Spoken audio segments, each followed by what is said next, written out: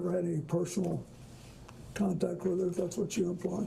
And am I right that while on that trip, whether the trip or the flights, did you ever witness or become aware of sexual abuse of any kind? I did not. Thank you. Thank you, Mr. President. Thank you. We have a series of questions from some of the members in the minority, and so I'll be calling them up as we go through. And thank you. Just want to again thank you for being here and answering all the questions. We appreciate that and for your service. Just two clarifying questions. One that was asked during the Republican hour, and I just want to have you reiterate it for the record. Either during or after your presidency, were you ever made aware of Jeffrey Epstein having any kind of relationship, directly or indirectly, with a foreign intelligence agency or service? And I ask because we've received a lot of interest and communication about that topic, and so I want to give you a chance to answer that again if there's anything. No, I wasn't, and I understood why now when you showed me the passport, but I wasn't. I didn't know anything about that. Thank you. And then second, of course, this deposition also sets a pretty new precedent, I think, which is something that we've been discussing and folks in across the country are discussing as well. We're thankful that you're here. We believe in the minority that President Trump should also answer this committee's questions. He's someone that is mentioned almost more than any other person beside Ghislaine Maxwell in the Epstein documents. And so to get more information for this investigation, was wondering if you also agree that President Trump should answer questions of this committee. That's for you to decide, but he did know him well, and I once had a brief discussion with him about it. Thank you. Thanks for the answer. With that, I'm going to go to Mr. Walkinshaw, and we'll go down a series of questions. I hate this, but because I don't believe I should inject anything. But I do not want to leave the impression, but since there was no follow-up question, the president never, this is 20-something years ago, never said anything to me to make me think he was involved in anything improper with regard to Epstein either. He just didn't. He just said we were friends, and then we had a falling out over a land deal, property deal. That's all. Thank you. Could I ask very briefly, Mr. President, Sure. if you recall, what were the circumstances of that conversation, or at least let's start with when did the conversation occur?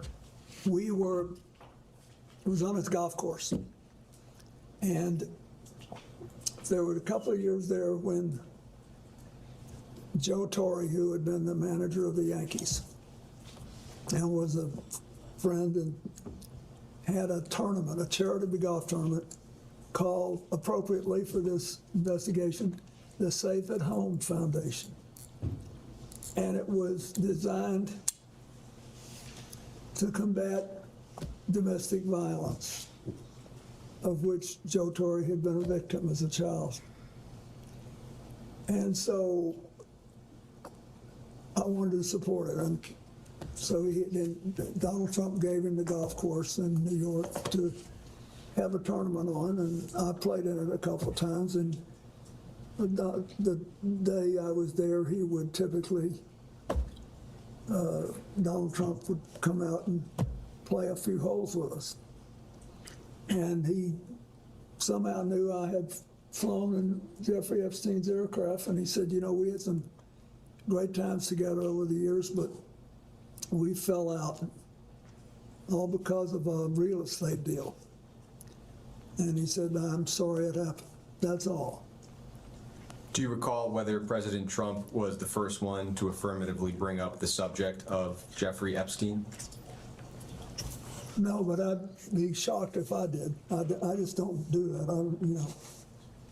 Do you recall whether President Trump elaborated at all on the great times that he had with Jeffrey Epstein? No, and at the time, I didn't put any, sexual spin on it. And as far as you recall, President Trump characterized the nature of the ending of their friendship as being solely due to the real estate. That's what he said.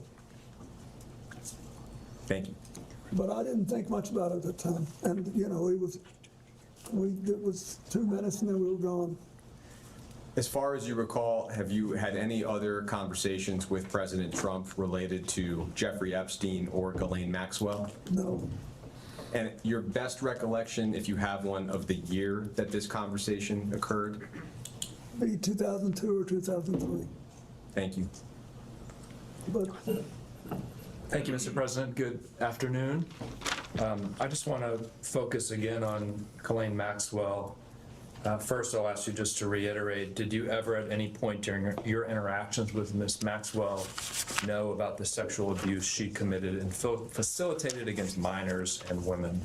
no, When did you learn that she had engaged in crimes against girls and young women? when the first evidence came out, when was it, in 2019? Okay. And have you ever engaged in sexual activity with a person introduced to you by Ghislaine Maxwell? No. You're aware that she was convicted of crimes, as we discussed, and you're aware that she's currently incarcerated as a result of her federal conviction. Yes, Maxwell received a 20-year sentence for her crimes. Are you aware that she has repeatedly called on President Trump to grant her clemency, and that she has said that you and President Trump are not guilty of any wrongdoing with respect to Epstein? I know that now, yes. In your opinion, does she deserve or should she be granted clemency by President Trump? I don't think I should comment on that. I don't know anything about President Trump other than what I've already told you. Good.